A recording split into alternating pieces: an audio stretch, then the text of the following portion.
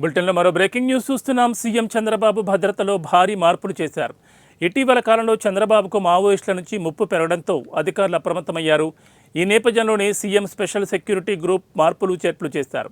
మావోయిస్టులను సైతం ఎదుర్కొనే విధంగా సీఎం సెక్యూరిటీ వలయంలోకి కౌంటర్ యాక్షన్ టీంను చేర్చుకున్నారు.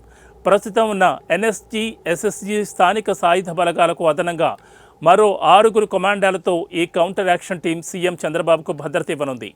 ఈ కౌంటర్ యాక్షన్ టీంకు ఎస్పీజీ ఆధ్వర్యంలో శిక్షణ ఇస్తారు.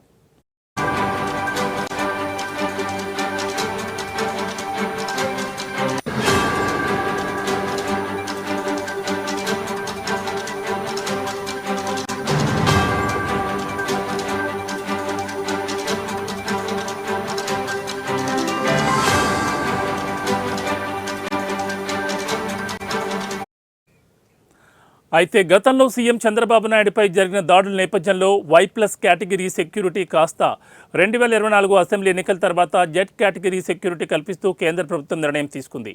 తాజాగా కౌంటర్ యాక్సిడెంట్ కూడా సీఎం భద్రతా వలయంలోకి రానుంది.